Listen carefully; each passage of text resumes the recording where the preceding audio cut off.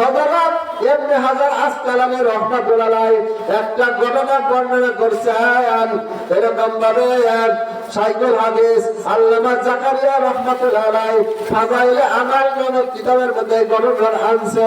বলেন এক ব্যক্তি তার বোন মারা গেছে, তার বোন মারা যাওয়ার পরে তার বোনকে কবরের মধ্যে দাফন করার জন্য যখন নেওয়া গেছে, নিয়ে যাওয়ার পরে তার বোনকে যখন কবরে দাফন করেছে, দাফন করার সময় তার পকেট থেকে এরকম দরকারি একটা থলে ছিল, সেটা ওই গর্তের মধ্যে কবরের মধ্যে পড়ে গেছে। পড়ে যাওয়ার পরে যখন ওই ব্যক্তি যখন মাটি দিয়া বাড়িতে আসছে, আসার পরে তার মনে হয়েছে আমি কবরের মধ্যে আমার পকেটে একটা থলে ছিল, একটা ব্যাগ ছিল দরকারি, সেটা তো কবরের মধ্যে পড়ে গেছে।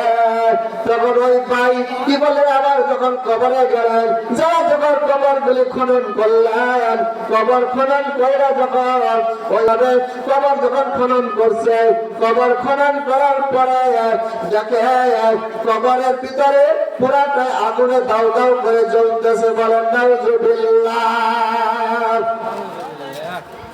ভাই কি করছে, বোনের কবর দেয়া খুঁজছে, খনন করছে। খনন করার পরে দেখে পুরাটা কবর আগুনে দাউ দাউ করতেছে। এখন ওই আগুন দেখার পরে আর ওই থলে তো কবরের ভিতর দিকে আসবে দূরের কথা, আগুন দেখার পরে সে দৌড় দিয়া ভয়ে চড়ে কাঁপতে কাঁপতে বাড়িতে এসে পড়ছে। আমরাও যদি এরকম যদি কবরের পাশে যাই, যাওয়ার পরে কবর খনন করার পরে যদি দেখি আগুন দাও দাও করে জ্বলতেছে, আমাদের তো ভয় লাগবে না ভাই? এই জন্য ওই ভাই কি করছে, আগুন দেখার পরে আর কিসের থলে কিসের ব্যাগ দৌড়ে কাঁপতে কাঁপতে বাড়িতে আসছে।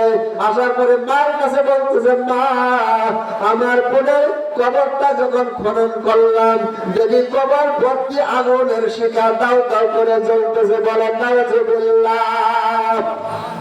ভাই বলতেছে, তখন বলতেছে তার মাকে বলতেছে, মা আমার বোন কি এরকম নাফরমানি করত, যার কারণে কবরের মধ্যে আগুন দাও দাও করে জ্বলে।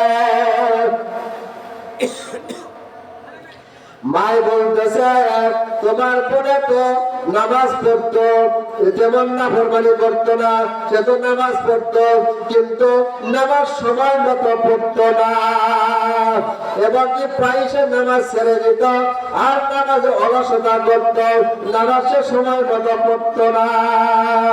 এই জন্য সম্মানিত ভাইয়েরা আমার, নামাজ পড়ার পরে সময় মতো পড়ে নাই, অলসতা করছে, মাঝে মাঝে ছেড়ে দিছে। এই জন্য যদি কবরে আগুন জ্বলতে পারে, আমরা যারা নামাজ একেবারে পড়ি না, ছাড়িয়া দেয়, তাহলে আমাদের কি উপায় হবে? আমরা